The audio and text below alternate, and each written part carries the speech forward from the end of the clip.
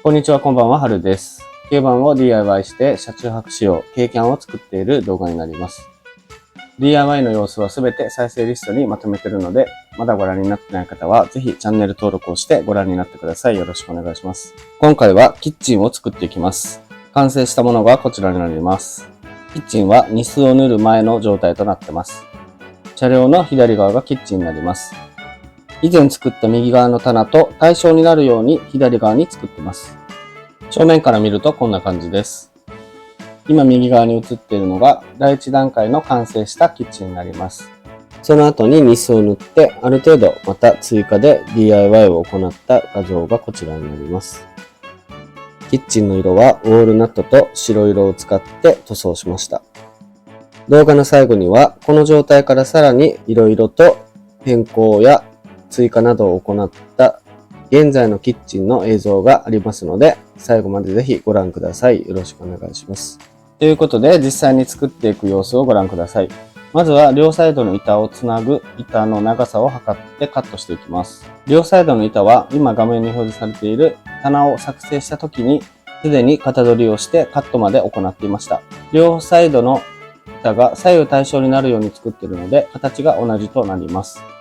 両サイドの板のような難しい曲面の型取りを簡単に行う方法は今表示されている11番目の動画で詳しく説明してますのでそちらの方を見てください。カットした板を置いて実際に IH やシンクなどを置いて奥行きの長さを決めていきます。IH クッキングヒーターがきれいに収まる奥行きの長さでカットしていきます。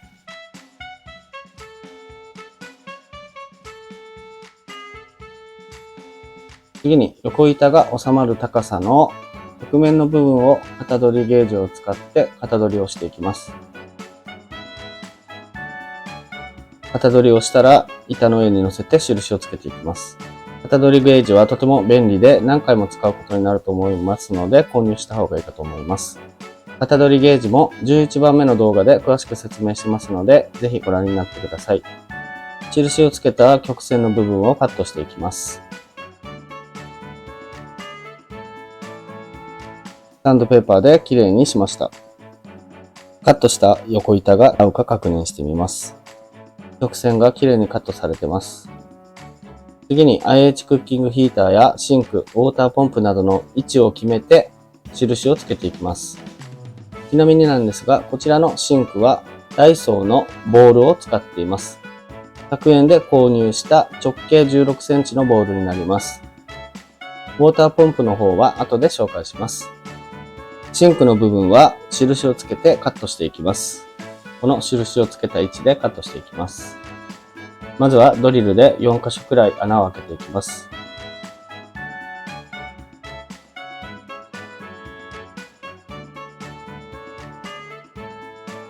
穴を開けたらジグソーを使って曲線をカットしていきます。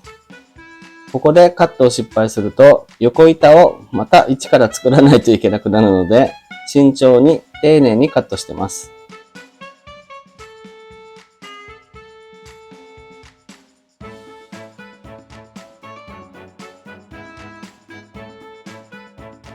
きれいにカットすることができました。実際にシンクを入れてみます。きれいに収まりました。ダイソーで購入した100円のボールがシンクになりました。横から見るとこんな感じで綺麗に収まってます。次にウォーターポンプを設置する場所にホースを通す穴を開けていきます。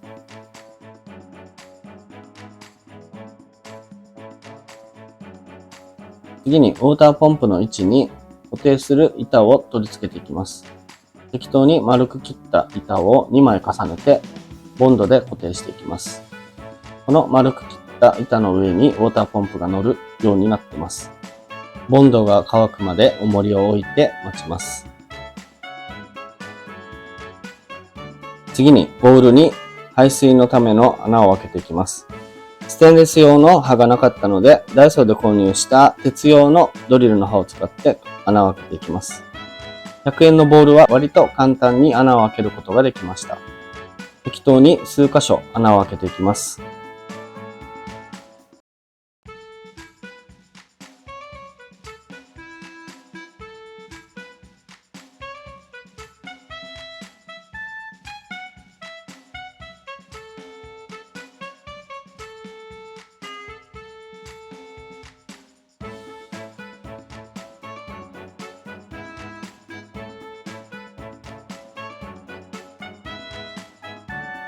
数箇所穴を開けていったらニッパーでカットしていきます。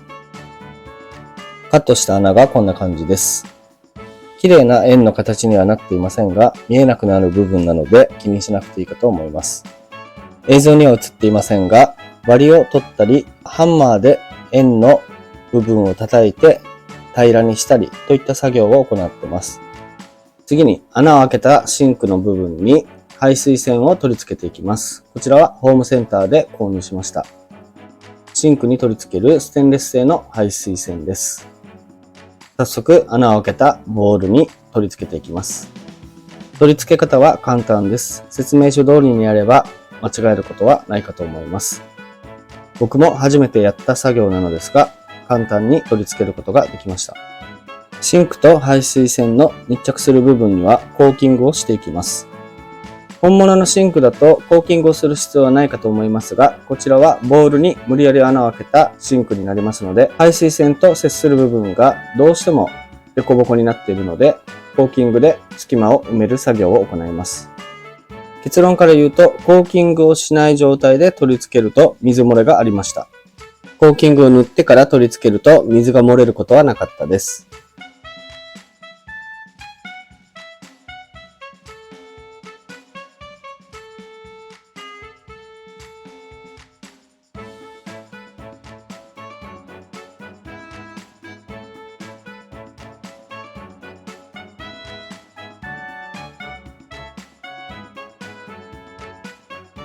コーキングを塗ってシンクに排水栓を取り付けることができました。次に L 字金具を使って IH クッキングヒーターを固定していきます。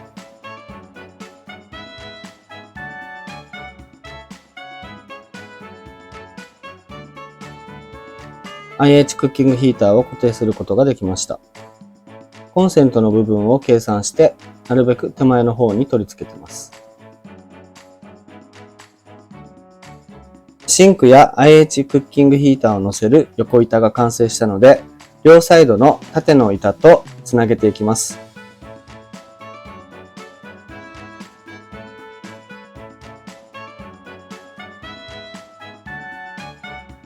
両サイドの板と横の板をつなげることができました。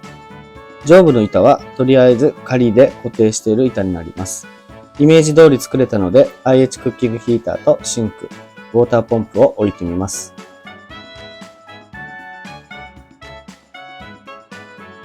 設置したらいよいよキッチンっぽくなってきました。キッチン作りめちゃくちゃ楽しいです。次に給水タンクと排水タンクを収納するスペースを作っていきます。こちらのウォータータンクはダイソーで400円で販売されている 3.5 リットルのものです。キッチンをなるべく小さく作りたかったのと、定期的に交換できた方がいいと考えて、ダイソーの安くてコンパクトなサイズのものにしました。サイズを測って、まずはキッチンの底板の部分を作っていきます。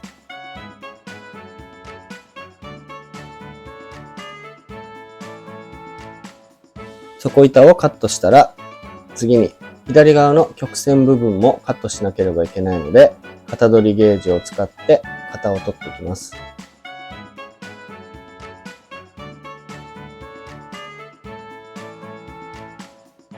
きれいに型を取ることができました。型取りゲージに合わせて板をカットしていきます。きれいにカットすることができました。型取りゲージを使うと曲線の部分をきれいに型取りすることができてとても楽しいです。底板を取り付けました。少しずつ完成に近づいてきています。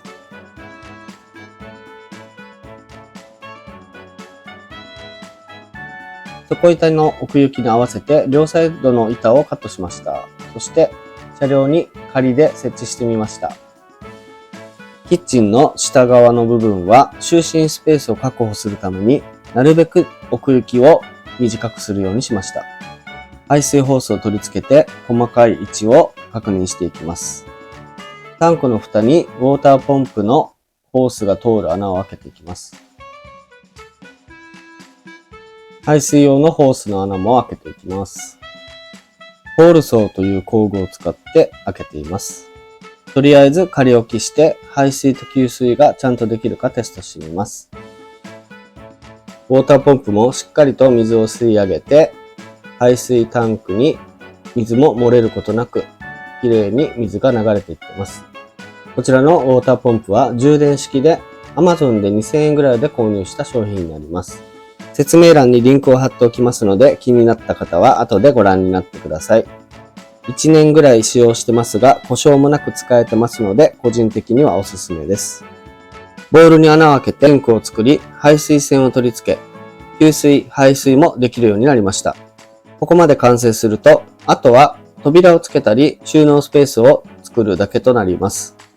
L 字のステーを2本取り付けて、収納スペースを作っていきます。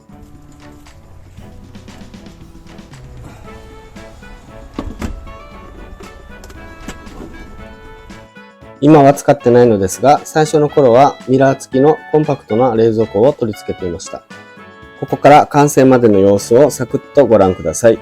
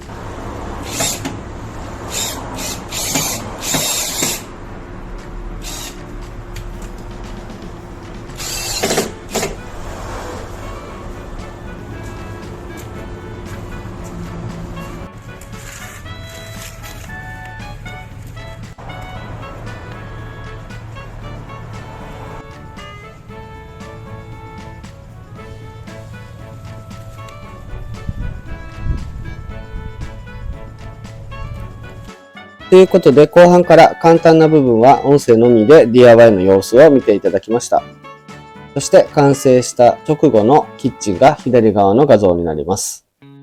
そこから少し追加で DIY をして、ウォールナットのニスと白色で塗装したキッチンが右の画像になります。キッチンは車両に一切穴を開けずにサービスホールを使って取り付けています。そして工具なしで手締めで取り外しができるように作っています。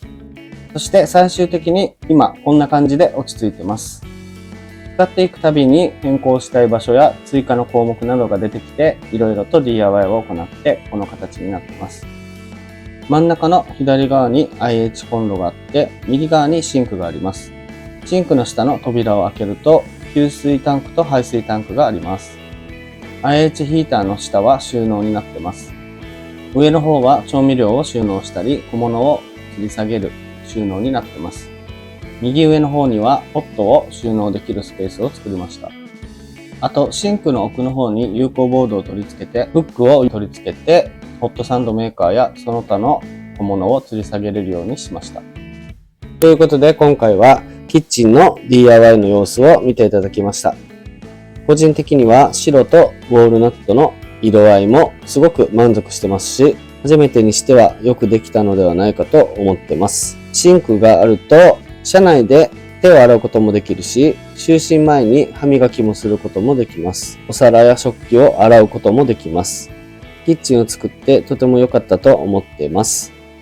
ということで今回はこれで動画を終わりたいと思います。チャンネル登録、高評価ぜひよろしくお願いします。ご視聴ありがとうございました。次の動画も見てください。